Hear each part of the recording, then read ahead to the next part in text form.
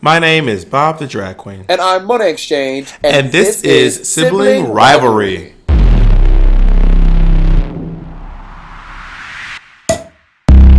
This week we discussed touring with famous drag queens. We also discussed racism in the drag community. And we find out what made Monet Exchange say this. And it was like a big, uncut monster. All right, Monet. It is episode 4 of Sibling Rivalry Podcast. Yes, honey. What have you been up to lately? No, look at you switching it up on the people. Let me tell you, Bob has been she is in a little mood today. She have a little attitude, but now I am absolutely not in the mood. Yes, you are switching it up on the people. That's What cool. did I? By the way, I have my entire half the conversation recorded, so I can play it back and it'll be like, oh, Bob wasn't in any kind of mood. So all of your stunts, your allegations, just like last week when I exposed you when you swore up and down that you were a Little Miss Choreography, then I posted the video. And folks were like, oh, never mind. Now I see what Bob was talking about. I didn't even see when you posted it. On my Facebook. I told you I was going to post it on my Facebook. Bob, I told you. You were like, no, that never happened. I was never behind on any choreography. I never said that didn't happen on the podcast. I just said I wasn't a beat behind. That's what I said. Which, by the way, I still have footage that shows that you were a full fantasy beat behind Miss Thing. In certain things, not everything. But I'm not being mean and nasty. I am being real, honey. Oh, God. The most overused reality TV saying. I'm not rude. I'm not shady. I'm just real. Bitch, please. Being real sometimes encompasses the full gamut of being nasty, rude, mean, and shady. Well, we've already discussed that you want to be nice. You're the one who really wants people to think you're nice and be friendly and just be the nicest little person. It's not about me wanting people to. It's just that is my natural disposition in the world. I'm not trying to be nice. I am nice, and you're just really mean. I'm not, because now you're literally living in the land of exaggeration. I am not mean. I'm not obsessed with being nice. I would not say being nice is part of my demeanor, but I am certainly not mean. I want to take a poll of all of our friends, all the people that we know in common, and they have to rate you from being mean to being what do you say you are? You say you're not mean, you're what? I didn't say I'm just not mean. So then what is the alternative? I mean, the opposite of mean is nice, but the world isn't black and white. There's a gray area in this world too. Well, if we, on a scale of 1 to 10, 1 being very nice, 10 being mean, you are absolutely an 8, 8.5, 9. If you think I'm so mean, why do you hang out with me? Because if I'm so nasty and so rude and so mean, why do you want to be my friend? Because I love that. Lanithia Nene Leaks is a rude, nasty bitch. I'm obsessed with her, and I wish I could be her best friend. You think I'm as mean as Nene Leaks? You can be. Bob, I know you for a very long time. You can get to Nene Leak's level very easily. I have never threatened to hit you or pluck your eyes out or throw you in a fountain. All things Nene Leakes has done. I do not. I don't fuck around with violence. I'm not into threatening people with violence. And I know you're gonna bring up that I body slammed one guy. Yes, you did. Yes, and I will be posting that clip on my Facebook after this podcast is uploaded. Of Bob you body slamming one guy one time, and all of a sudden you're a vicious monster. I'm gonna go on my Facebook. Listen, people, listen well. I'm gonna go. I'm posting on my Facebook, on my Twitter, and on my Instagram of Bob body slamming a patron at Hardware Bar on 48th Street on 10th Avenue, New York City. This guy was just enjoying the show, wanted to greet Bob. That is a lie. He jumped up and he grabbed me. He grabbed me. I asked him to let me go. He did not let me go. And I felt like, well, I need to take this matter into my own hands. And I made sure he got off me. I will never forget that day. I was just, because Crack and we had our show directly after you. And I was just in the basement, painting my face, living my life, listening to some music downstairs. And then 45 minutes into your show, I hear the basement door fling open. And I hear you. And all I hear is, Monet, oh my God. And I was like, what? What happened? And you were like, I just have to get physical with someone. I was like, what? I was like, what? Because Bob. If you don't know, Bob is always doing a bit. He's always doing a thing. Always thinks he's so fucking funny. which he is very funny, but it's sometimes at my expense. Anyway, so Bob comes and he's like, I just have to get physical with a patron. I was like, what do you mean? He was like, girl, I just body slammed someone on the concrete floor of hardware, and I was gagging, mama. But also, you make it seem like I literally just picked up a patron who was just sitting on his hands and threw him to the ground. I took one step off the stage. He grabbed me. I was accosted, is what happened. Oh my, you are being so accosted, girl. You were not accosted. I was accosted. I stepped off the stage. I was accosted by a patron, and he would not let me go. And I was like, can you please let me go? He did not let me go. And I was like, all right. I gotta I'm gonna have to do some shit here. Bob, first of all, he was literally a fifth of your size. You were not being accosted by a fucking literal munchkin. Monet, everyone's a fifth of my size. Also, if the definition of cost, approach. Oh, here we go. Boldly or aggressively, I would say I was accosted. You know, if you did not know this about Bob, Bob is the queen of semantics. Like he says, her name would be Samantha Tix. She loves. You love a fucking semantic. By the way, the definition of accosting is. Well, listen, words have meaning for a reason. It's like I said, back when Beyonce's song used to go, diva is a female version of a hustler. Like, no, diva has a definition. You can't just redefine what diva.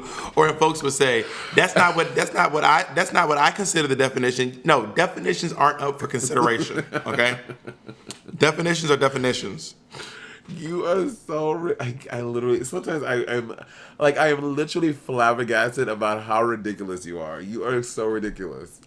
Well, anyway, so long story short, to wrap it up, it wasn't a body slam. It was more of a hip toss. Now she's Miss Judo Queen 2016. I have the sash and the crown to prove it. It was more of a hip toss, and I did take the man to the ground. And I will say he never came to my show again. So there it is. Bob is mean. Anyway, moving on. What have you been up to? Girl, I'm still in rehearsals. I mean, we've been rehearsing so long, it's starting to feel like I'm rehearsing for a play that's never going to open. Like it feels crazy. But I know we're going to open. We're going to be doing our show in about 15 days. We'll be performing. Work. Oh, really? The first show was in 15 days? Previews. We open for previews in 15 days. We have 2 weeks of previews and the official open. Work. Do you feel like you guys are gonna slay the game? Honestly, these are great actors. This is a great technical crew. This is a great staff. I mean, these costumes are lit. The whole thing. This is the most professional play I've ever been in, for sure. What about The Wizard of Oz at XL? Girl, I'm not even about to entertain. When you do big productions, like when you've ever done like in college or high school or stuff, did you ever like try to steal props? I love stealing props. No, I never stole props from my college. I will say that I have stolen clothes from movies I've done though. Oh, from movies and TV shows. I stole clothes from Playing House. I stole the entire. If you ever watched Playing House, I was on the season finale of season 3, and I stole that entire outfit I wore. And by the way, in my defense, I was like wearing it like, oh my God, this outfit is so fierce. I love this. It's a really nice piece. And then the creators of the show walked up to me and they were like, take it. I was like, what? They were like, put it in your bag and take it. And I was like, oh my God. They were like, listen, they didn't renew our show. Fuck them. Take this shirt. Take my pants. Take the tie. Take everything. And I fucking just I sissy that walk right out of that trailer. My backpack was busting at the seams, girl. Work. Hashtag reparations. I think it was Lennon. Lennon walked to me and she was like, take this shit, run with it, run, girl. I'm crazy. I feel like I can't remember honestly at this point how much I was traveling by this point during my season, but I feel like y'all aren't traveling as much. Do you think the market is oversaturated with RuPaul's Drag Race girls? Oh, I think that is absolutely a thing. I feel like there are just, at this point, there are now 128 of us. You know what I mean? And also we're fresh off the heels of All Stars 3. So I feel like there are just too many girls, girl. There are too many fucking girls. So I feel like bars and stuff, they're going to wait until deeper into the season to start to really like, because in like May and stuff, like that's when my calendar gets like pretty busy. I mean, even still not as busy as I mean, girl, you were traveling immediately, like you were Yeah. gone. But I mean, also back when I was on RuPaul's Drag Race, I mean, there were 100 of us, and I guess adding another 28 girls to the mix, and then not only another 28 girls, but two seasons of All Stars. So you're essentially revitalizing the careers Yeah. of the girls who were on before me Yeah, so I feel or like before you. bars are they're waiting, and I even though in season 9 they definitely didn't travel as quick as you guys did, but they still traveled more than we are doing right now You as know a what? Honestly, cast. you know what I honestly think it is. What? Honestly, I What? think it's these tours, like these Peter and Murray tours, Yeah, which I did 3 of them. So I mean, I'm not here to like, but it's these tours. They're so big, and a lot of them have a clause that you can't perform in these towns months before or months after. And on top of that, no one's gonna come and see the girls. Like if you can go see Monet Exchange down at Brandon's bar for $20, or you can see 9 girls from the cast of season 10 for $40. It's twice the money. You get 8 times the girls, 9 times the girls, and people are gonna go see that instead. You know. yeah, that's true. That's true. Which is why I'm working a lot right now, and you and I talked about this of taking a brand off of my one woman show and doing that because I feel like taking a page from Bianca's book and people like Trixie who tour like it's just themselves like you build up the market, you know what I mean, for yourself, and you're able to tour yourself and make the same amount of money, or I mean, make 3 times more the money that you would if you just did a tour with a whole bunch of girls. So Well, I mean, Trixie. but Go ahead. but I want to take your advice too. Your advice is to Monet, do everything once, because that's how you know what you like, what you don't like, and what works for you. So when those opportunities do present, I want to do everything once, but I definitely want to start doing branching off and doing things like a one woman show on my own and kind of spreading my brand that way. And I will say, you know, Trixie and Bianca started off doing those big tours too. I did the Christmas tour with Trixie, Right. and Bianca did the Battle of the Seasons tour. So Right. those and Bianca still fills in every once in a while and does Work the World with Brendan Voss. Yeah. Yeah. Now, to the folks listening who doesn't know what all this stuff is, so there are these big tours that travel the world, literally the world, and the biggest ones are it's the season tour, which is usually done by a group called MP Presents, and they also do the Haters Roast, which is MP Presents, and they do Drag Queen Christmas, that's MP Presents, and then you have PEG and Voss Events who do Christmas Queens. Right. And Voss Events does Work the World. I would say Work the World is probably the biggest one. It goes like, And it's so good. I mean, honestly, but I've never seen a Peter Murray tour, but I went to go see you in Work the World, and it is. I mean, it's fucking fierce. I will say I've done Peter Murray and I've done Work the World, and Work the World is honestly it's the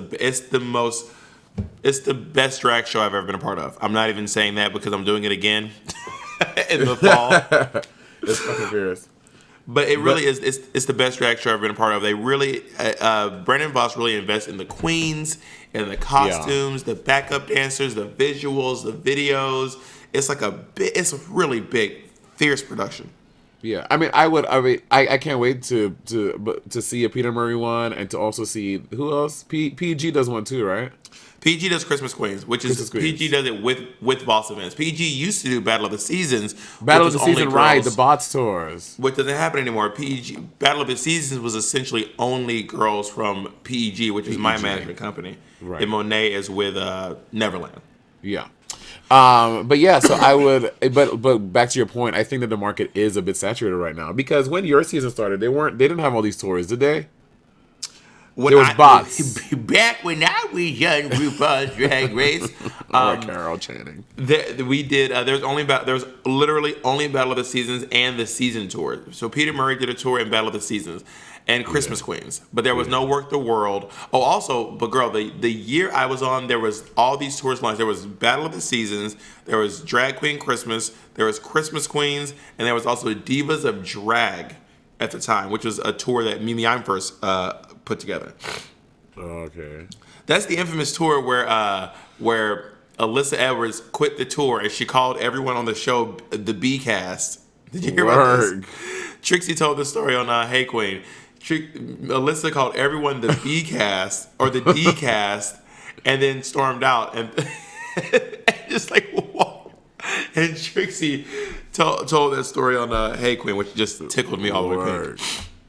But I mean, you tell me stories about those tours all the time, and I just can't wait to go and just witness them for myself. Because honestly, being a big fangirl of the show, seeing all these personalities and girls that I think are fucking fierce, to see them acting a fool behind the scenes is like what I'm there for. Yeah, I've seen the girls act a fool. I have seen the girls act the fool. And I think it's a combination of like not sleeping, working really hard, being on the road, and then like drinking and then like drugs and just like then they become animals. They do. And I don't I don't touch the stuff. I never touch the hooch.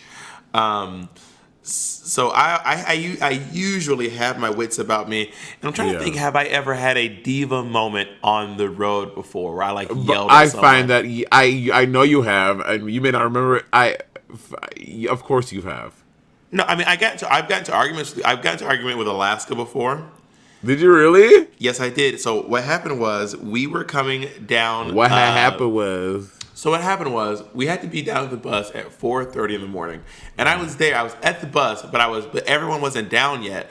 So I was at the back of the bus talking to Louise, like standing behind the bus, and loading up my stuff. And I think I was talking to the driver, and then I just moseyed my way onto the bus, and it was about 4:34. I remember it specifically was 4:34. God, come on, details. Well, this is why that's important, because I got on the bus, and then Alaska set up, and she goes, the call time was 4:30, Bob. And she was, I thought she was joking at first. I was like, she must be kidding.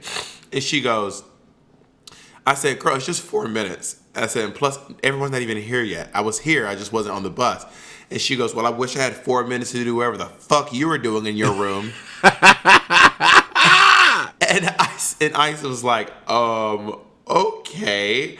And then I was like, well, Alaska, I don't know if you recall this tonight, but you were actually late when we did the show in Canada. You were about 30 minutes late. So and then we started going back and forth. And then she was like, whatever. And then the rest of the girls came down. We went to the airport, right? Uh-huh.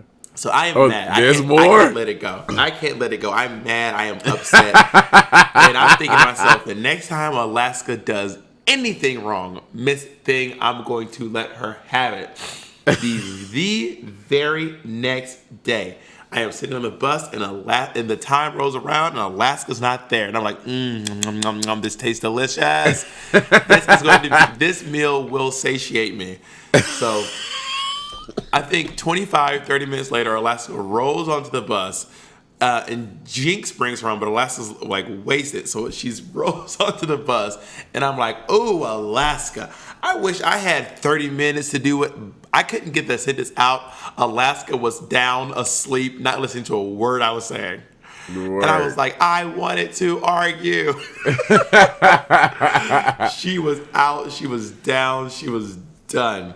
Okay, but girl, let me say that Bob is, if you do not know, Bob is a very vindictive person, and Bob will not finish an argument until he is ready to.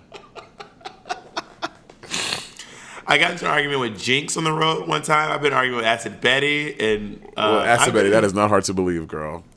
I got mad at Acid Betty one time because she interrupted me during my set on, her and Latrice kept interrupting during my set on the Haters Roast. Mm-hmm. So I text them because I had to leave, and I was like, "Yes, please not interrupt me when I'm doing my set. I didn't interrupt you all." And then that was a whole thing. But me and Acid Betty ended it. And every argument I've had, that we've ended it quite amicably. I mean, me and Alaska are still cool. We did yet another dig after our little snafu. Me and Jinx, which is available on iTunes. Available on iTunes. Ding. And me and Jinx had gotten into an argument, but we did P-Town together. We shared a dressing room anyway in P-Town. But I'm not really a grudge holder. I don't really hold a grudge. You don't. I would say that. You do not hold grudges. And it's because I prefer to see a conversation through all the way to the end, as opposed to just being like, instead of just letting it float around, like, we're going to talk about this. We will resolve this. And by the time it's all done, we resolved it. We chill, we cool, and we can go back to business. Well, you don't hold grudges, but you will bring it back every fucking time for no reason, just randomly. Like, oh, well, Monet, but when you did, and I'm like, all right, Bob. Every time you give an example to me, I always turn to Ella Fitzgerald. You know, like Bob, like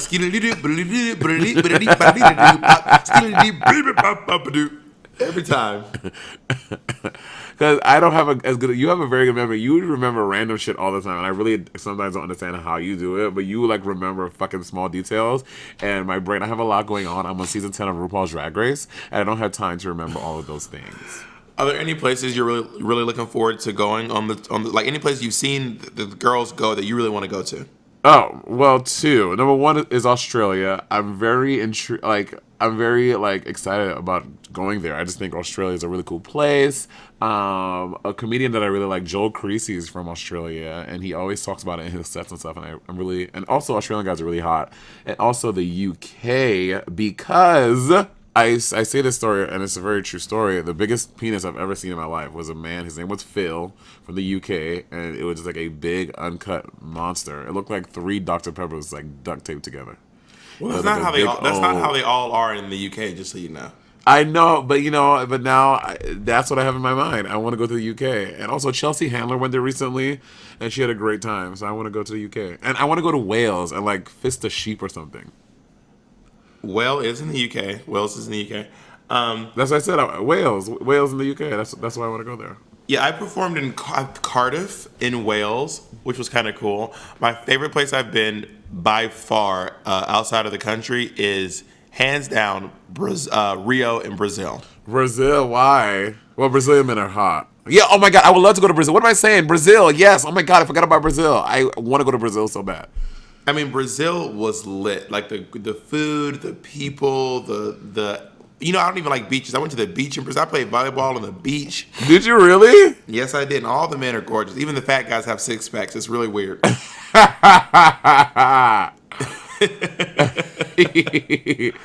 I would love to go to Brazil, girl. Oh, you know what? It's just, bitch. Take me to fucking South America. I want to go to Chile. I want to go to fucking Bogota in Colombia. I want to go to fucking Peru. Yes.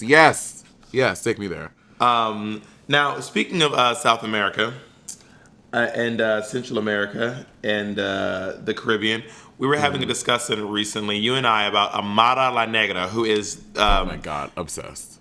Who is this gorgeous, gorgeous woman from Love and Hip Hop Miami, who, by the way, looks like Mayhem. She does. Her Mayhem look, especially what Mayhem wore to our press premiere thing in New York City. Yeah, it was wild. She really looked like Mayhem. Mayhem really. I don't know who's older. Probably Mayhem. But she really looks like. Wow, Bob. That's not shade. Mayhem probably is. I know that Mayhem's older than I am. I can find is out she? how old. Yes. Wow. Well, she doesn't look it. She looks really good. No, Mayhem looks really good, and Amara La Negra is 27. I was looking it up too. She's 27. Yeah, so Mayhem. Oh my God, me and Amara are the same age. But there's so many differences. Can I just say, Amara La Negra? It's like, I'm not even trying to like pump her up or like. Amara, she is one of the most beautiful women I have ever seen in my life. I agree. She's absolutely gorgeous. Her and Trace Lysette. Trace Lysette is one of the most beautiful women I have ever seen in the world. Trace Lysette is also very gorgeous. These are both very, very beautiful women. I gagged for the first time I saw Amara La Negra. I remember feeling like, oh my God, I am stopped in my tracks. This woman is so gorgeous. Right. Also, out of drag, Mayhem looks like Octavia Spencer. You said out of drag? Yes. In drag, she looks like Amara La Negra. Out of drag, Mayhem looks like Octavia Spencer. It gags me every time I see it. And she posted a picture on her Instagram a couple weeks ago, a picture of half her, half Octavia Spencer, and I was like, oh my God, I can't even deal with this right now. Well, I mean, when I had turned you on to Miss Amara, you had no idea that you would fall in love with her this hard, did you? Did you turn me on to her? I can't remember. I just think she's gorgeous. By the way, I have never watched Love and Hip Hop. I have listened to her music though, which most of it is in Spanish, so I don't even understand what the hell she's talking about half the time. But But what she talks about a lot, and like her platform that she's chosen, is the issue of colorism in Latin and Black communities, and it is very real. And I feel like it's something that white folk don't necessarily think about or even know is a thing. But colors, and then not just Latino and Black, but also in lots of Asian communities too. It's just honestly, it's just a worldwide thing that when you are darker skinned in a certain community, and there are people who have lighter skin in that community, that the darker skinned folk are just not as great as the other ones. With the exception of the white community, because white people love white people with tans. Pale white people are bad, but but I think with every other ethnicity. Oh my God, that's so funny! I never thought about that. With every other ethnicity, the lighter you are, the better you are. With the exception of whiteness, isn't that Oh odd? my God, I never thought about that. And I have a lot of Kim. She was telling me about how a lot of times when you are Asian, that your parents don't want you to get dark.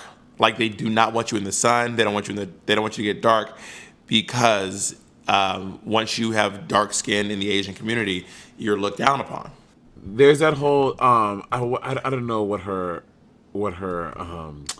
the Brazilian woman who got her titles and stuff stripped from her because it was the Carnival Queen thing.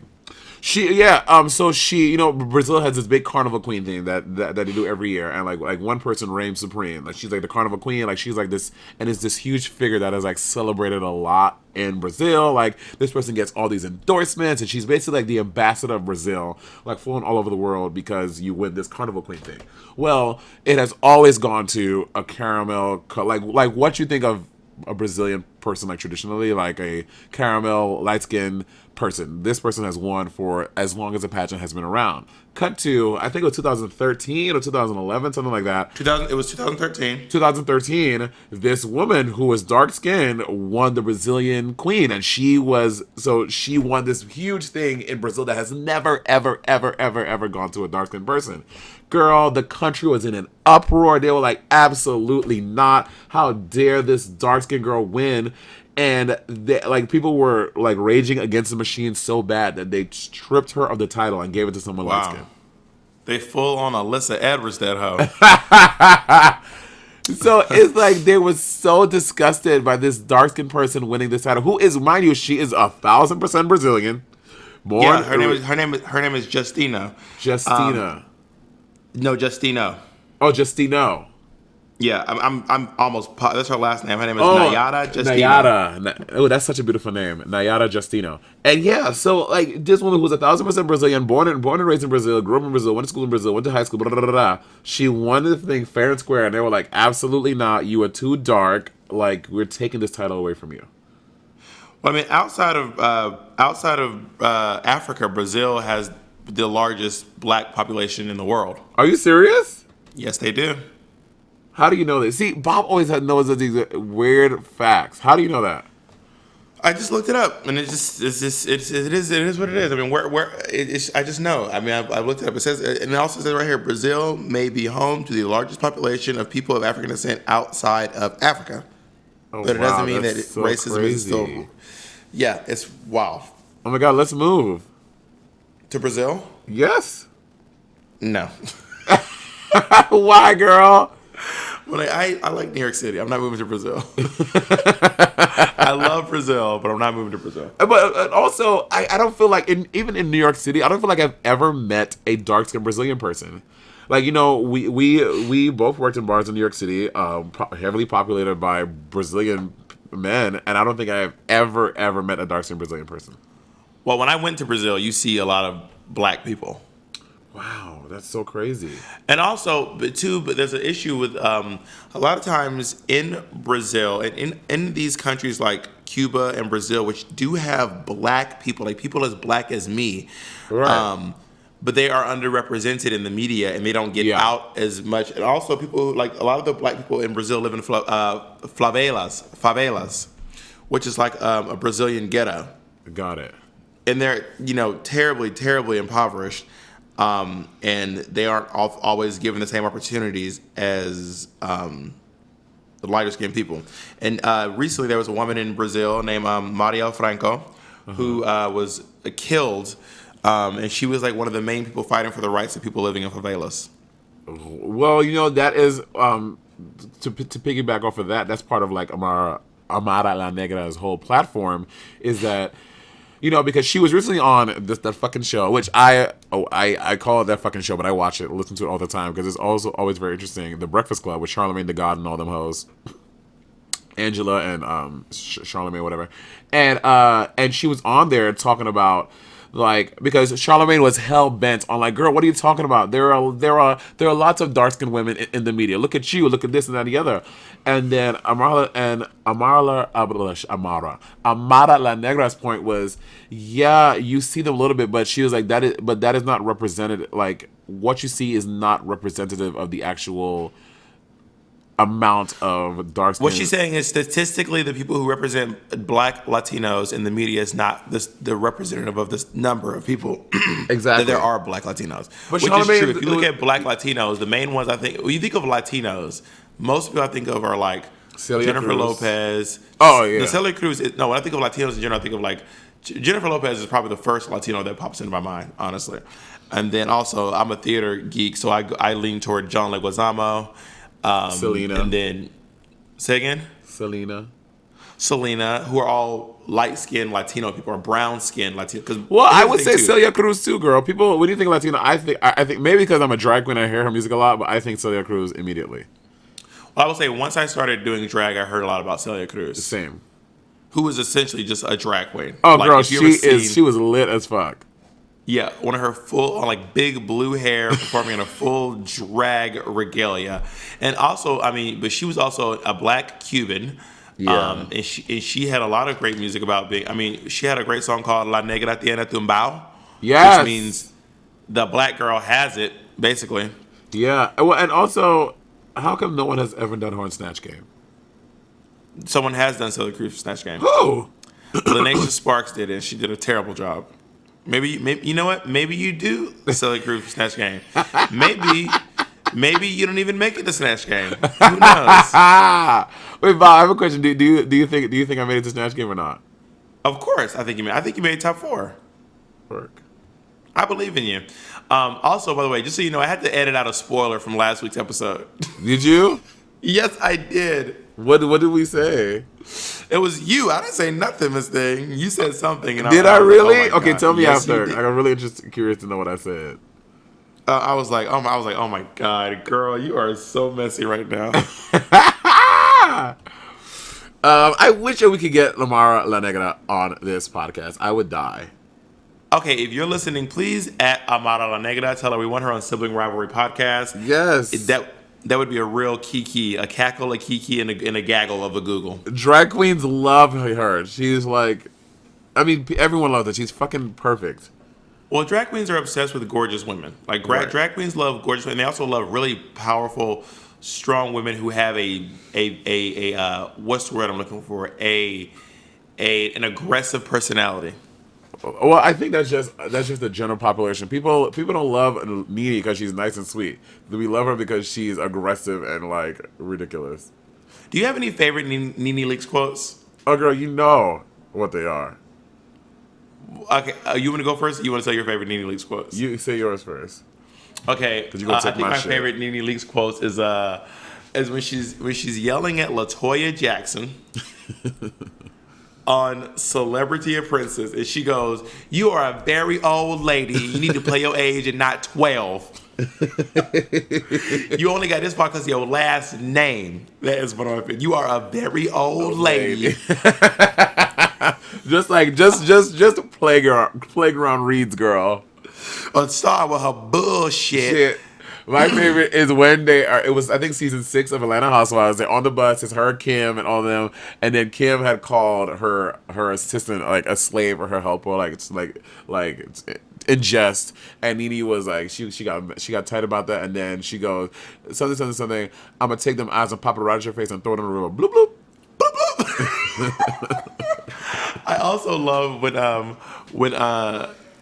a quote that we always say all the time is probably the best Nene Leakes quote, and it's so subtle. It's when she goes, "So nasty and so rude." Yes, girl. Or just wow. Oh, wow, Nene. No, that was Kim. Kim said that. Wow, Nene. Oh, right. Yeah, I was kidding. I was kidding. But it was a reference. Wow, Nene. So whenever someone says something stupid, I would go, wow, Nene. Wow, Nene. Nene Leak she has had such an impact on the gay community. She doesn't even know. Well, Andy Cohen called you Nene Leaks when you went up on He this sure last did, episode of girl. Drag Race. He sure did. I was like, bitch, I went on his fucking show and I won Best Nene Leaks Impersonator 2015. And then I came right down to the monster at Look Queen and you read my garment. I think I made your garment, Monet. No, I made that green velvet gown I wore. No, you wore a black one, didn't you? Oh yeah, I did wear the Gat one. You're right. You're right. Yeah, I did not read that garment. I made that garment. I think you really mix up your stories. You have made me a villain, even in stories where I have spent my time sewing for you. Somehow, you have still crafted this narrative where I am a bad guy, even though I fucking made you a garment that you went on TV and you won some competition in. Okay. You didn't make it for me. You made it for yourself, and I borrowed it. So let's just. That doesn't matter. You probably still have it to this day. I sure do, and I still wear it. So would it kill you to say, "Wow, Bob, you helped me with something"? Instead, you say, "You ran me." No, bitch. Absolutely not. Under no circumstances. Do you have any experiences of colorism in the black community? Oh my god. Okay, well let's talk about racism in the drag race community real quick. Colorism in the drag race community? Yeah, racism in the drag race. Yeah, let's talk about specifically about racism in the drag race community.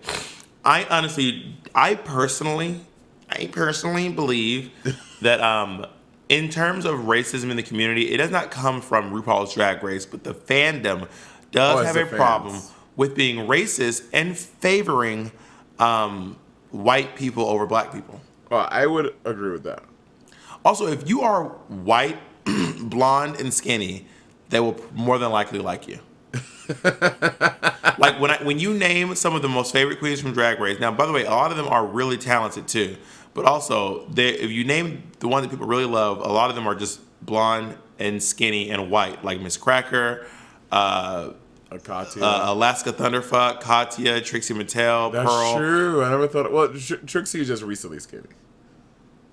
Wow. Edit that out. Don't put that. Don't No, I'm gonna loop it. Trixie is just recently skinny. Bob, don't you dare. Yeah, that is true. I never thought about it. And also, if you look in like the span of season 10. Now, granted, Miss Cracker was putting out like a lot of content and stuff, but like even like now, like now that the show has aired, like the least followed queens from the season are all the black queens, except you, except me.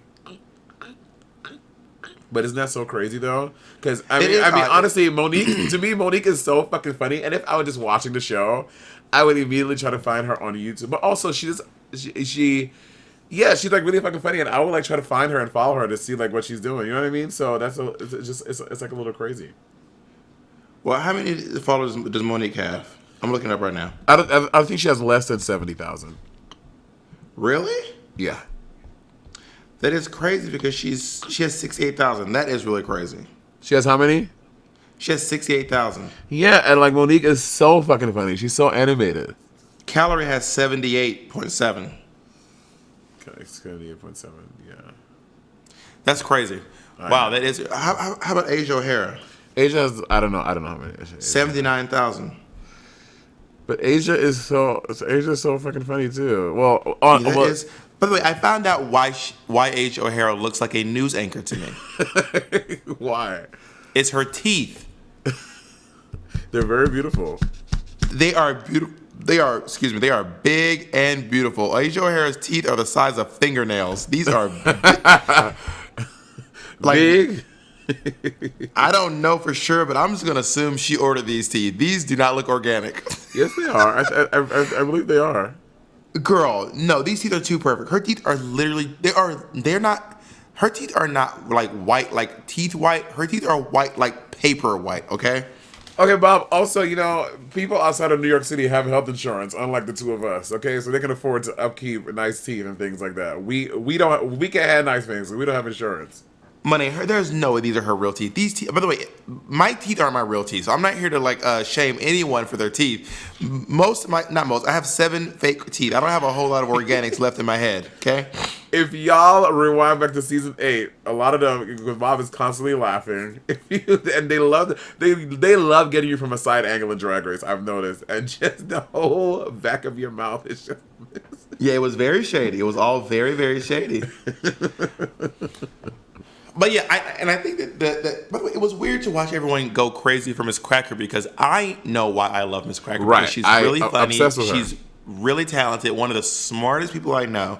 One of the funniest folks I know. But watching the fans just be like, that one, the blonde one.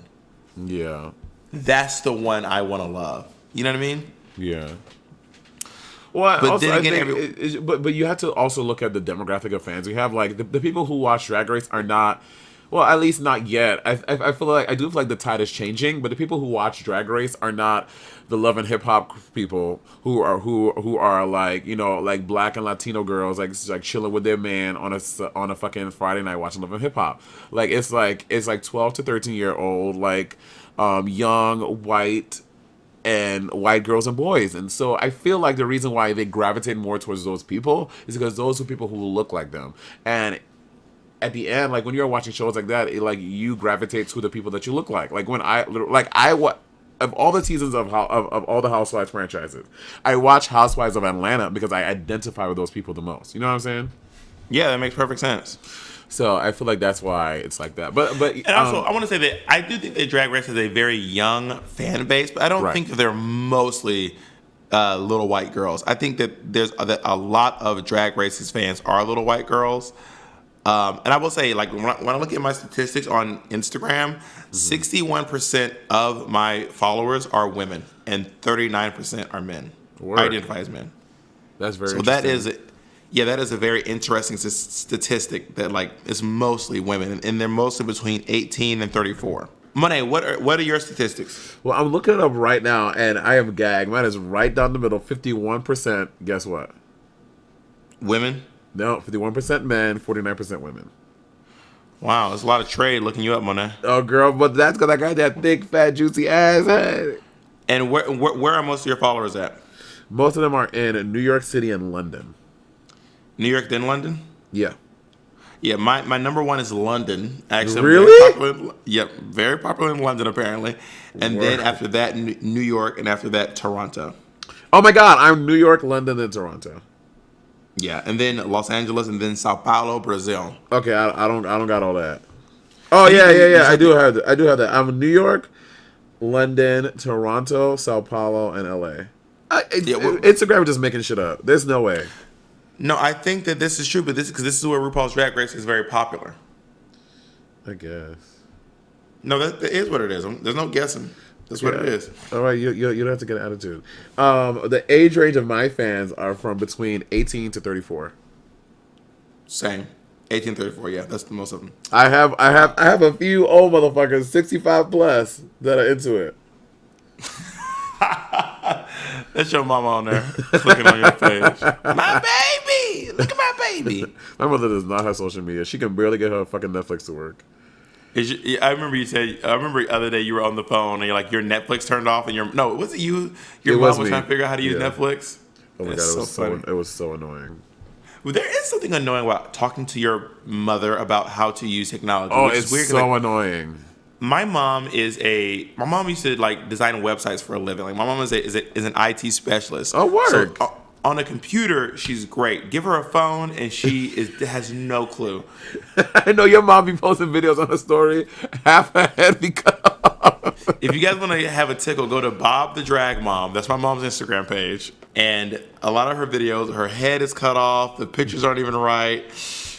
The videos stop half through while she's talking. She tried to text me today, and it took legit 5 minutes to send me a text on the phone. I was like, Ma, oh my God. So but in her defense, she was trying to send a link. And that's a whole different beast, honey. Trying to teach Martha how to send a link. But yeah, I think the fans have a problem with favoring white people. But you have another theory that they do like certain black people, like Latrice Royale. Yeah. So my theory to that is that because Latrice Royale represents like that like good old like happy go lucky like auntie mammy kind of figure to them.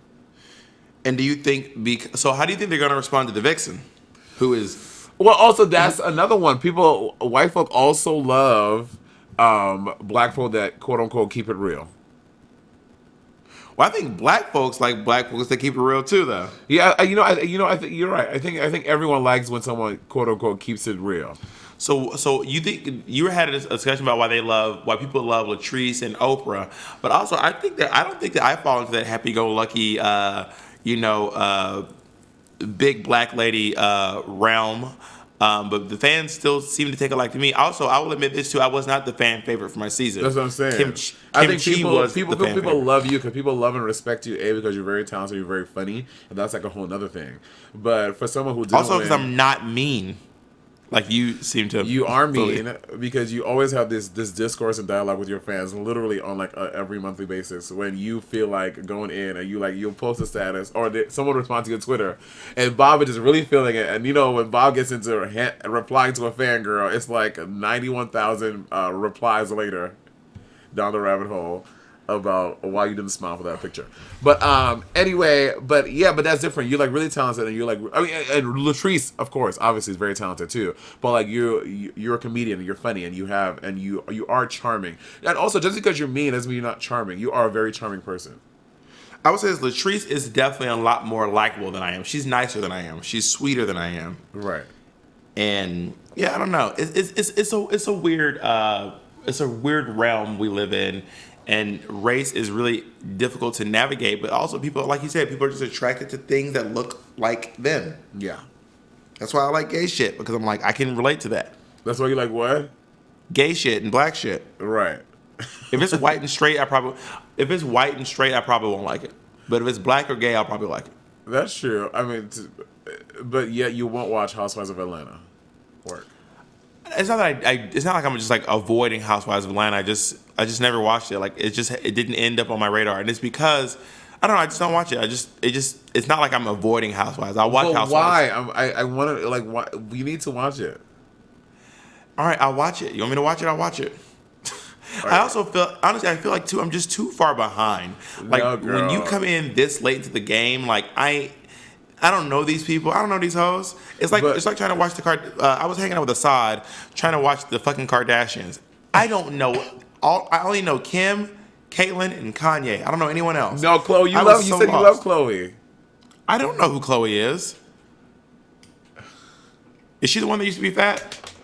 Yeah. But then she drank that flat tummy tea, and look what happened. Did she really drink flat tummy tea? Probably. No, I don't know. I really don't know the Kardashians. I know Caitlyn, Kim, and Kanye. That's it. Like I don't know anyone else. Honestly, Kanye is not a fucking Kardashian. If Kendall Jenner walked into my apartment right now, I would be like, "Dear stranger, can I have a can of Pepsi?" I say, "Exactly. Can I have a can of Pepsi?" Is she the one that gave the Pepsi? Yeah, that's her. Oh my God. By the way, also me not watching the Kardashians isn't me trying to be cool. Some people are like, I don't watch Kardashians. It's not because I'm above it. I just happen to not watch the Kardashians. That's really what it is. And the same with Real Housewives of Atlanta. I just happen to not watch the Real Housewives of Atlanta. That's it. But like I was telling you, Housewives, it's like fucking Black Mirror, girl. You can it is seasonal and it's episodic. You can literally just bump it into this coming season or next season, and you'll be just fine. All right, I will watch the latest episode of Real House. Is it on Hulu? Okay, now we're at the end of the season. Then no. Okay, I'll watch. But you said I could watch any episodes. See, I meant season. You need to start at a season.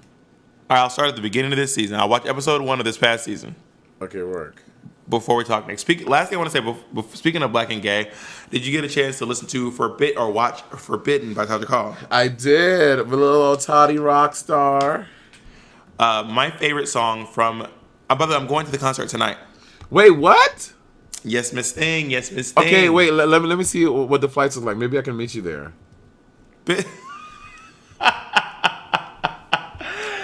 It takes 6 hours to get from New York to San Francisco. Oh my God, I'm so mad. Well, you've been in a Todrick Hall concert. I was in it. Yeah. Yeah, girl, I turned it out. Monet did the pre-show, and she was my understudy. She did my part. Oh my god, boy, sit your ass all the way down. I'm not nobody's fucking understudy. Monet, because you were not listen. First of all, just because you were asked to do a music video doesn't mean Todrick wanted you on the tour. Let's just get that straight. Monet, I was too busy to do the tour. That is not true because you weren't. Yes, I was. I was not anybody understudy. Todrick asked me like, Monet, I would love you to do it. He specifically said, I did not ask Bob. I really want you to do it. So first of all, that's yeah. He said out loud, I don't want Bob. I'm sure he didn't say it out loud. He texted it to me. And you know what? I'm not in the business of screenshotting stuff, so I'm not gonna put it out there. But that's what happened. My two favorite songs are Nobody and Thug. Okay, I love Thug because it's a really hot video. It's absurd. Oh, the guys are Absurdly so hot. And I loved Beyonce. Oh, I do like that one too. Bitch, I was your B. And Todrick his drag game is getting fierce. I will say I liked the unicorn look, but nothing compares to that Glenda and Elphaba a combo of straight out Oscar. I mean, it was perfection. Well, that was Christopher Pellew designed that one, and I believe the hair and the was makeup too. Makeup by Miss Fame, hair by Domino, and gown by Christopher Pellew. It was so perfect. The way that Fame snatched that fucking Elphaba brow girl back to the back of his neck was everything. It was fierce. I'm not going to take that away. It was fucking fierce. And Forbidden is amazing, guys. You should. By the way, this is not a paid endorsement. Todrick has not asked us to do this. It is literally just like, I really believe in black queerness. I think that Todrick is a superstar. I think that he is the next big thing. And I think that you should go check out. If Forbidden is in your town, go see it. You really should. More than anything, go and click on the link. And if you have not watched Straight Outta Oz, go back and watch that too. Oh, Straight Outta Oz was so good. Yeah. Okay, great. Okay, when is he going to pay us? Is he going to Venmo us? Yeah, he's going to Venmo us. Yeah. And get these cookies. All right, let's read some Twitter comments from the fans. Okay.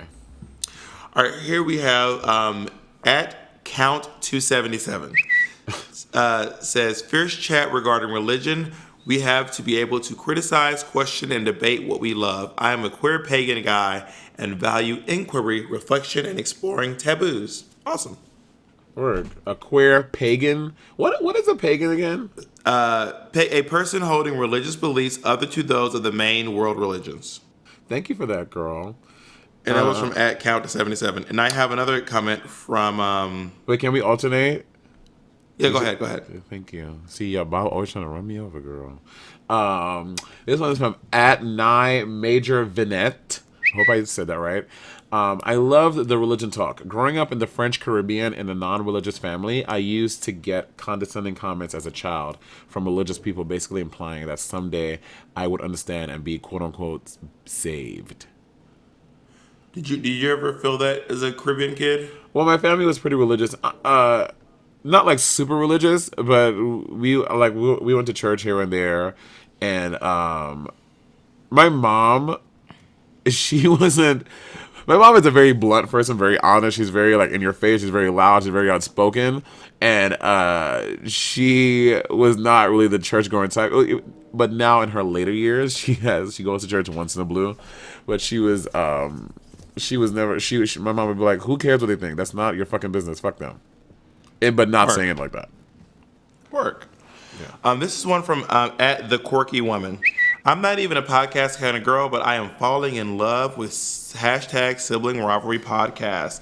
Bob the Drag Queen Monet Exchange are so succinct and eloquent, parentheses eloquent, on every subject. There's some Michelle Visage shade in there. Thank you. I'm going to like her comment and give her a heart. I don't have internet, but when I get connection later, I'm going to do the same. Should I send a heart or an eggplant? Eggplant. Eggplant. Sent. This is from at Cali94612. Is that your area code? Girl, did I put your area code in your profile? That is not safe. It's an area code, Monet. Zip code, sorry. Zip code. I mean, it's a zip code. There's a lot of people in that zip code, probably. Yeah, but not a lot of people that look like him. That's true. Did Bob really say Monet looked like a stupid basset hound? Crying, laughing face emoji ×3. I died. Yes, he did. Go back I to. did not. I said Saint Bernard. You are so girl, you are so rude. Oh my god. Yes, I love you. It is in episode 2. Go to episode 2. It's scored like the middle of the end, kinda. But you know what? I'm gonna fast forward. I'm gonna post it on my Twitter if you want to hear Bob. And also, what really pissed me off was his like not reneging on it. He said it, and I was like, "Did you just call me that?" And then Bob goes, "Yes," and I don't take it back. I meant it, and I was like, I said what I said. It is so rude. Oh, that's another Nene quote. That's legendary. I know. Well, I love you. Okay, let's just make that clear. I love you too. All right, if you guys have a comment you want us to read, then please hashtag Sibling Rivalry Podcast on Twitter. And if it's funny or lit or nice, we will read it. Work. And if it's a nude, I'm definitely gonna. If you can tell me to eat some shit, but if you attach a nude to it, I'm gonna read it on this motherfucking podcast. I promise. Well, it's true. You can send nudes on Twitter. Twitter will not block your nudes. So. Yeah, you can send nudes on Instagram too. No, but yeah, that's true. But I mean, if they put them on Twitter, we can all see them. So if you post a nude at hashtag Sibling Rivalry Podcast, then we will definitely read it. 1,000%. Cut to next week. We have like 300 news. I'm into it, girl. The whole podcast is just us reading fan tweets with nudes. Maybe we have a whole discussion about sending nudes. Yeah, we should do that because I have very strong feelings about it, and we don't agree at all on that. Well, I think you shouldn't be sending nudes. No, but then you said when you have nudes, you're okay with like you like 2 or 3 of the things. I'm like, no, I need a dick pic and a face pic regardless. Oh, you mean that? Oh, yeah. Well, yeah. Okay, we'll talk about it in another podcast. Don't talk about it now. Yeah. Monet, do you have okay, now last time we logged off, you said you didn't like Love You Sis. So have you thought of anything since then? Yes, no. I did. What? Bye.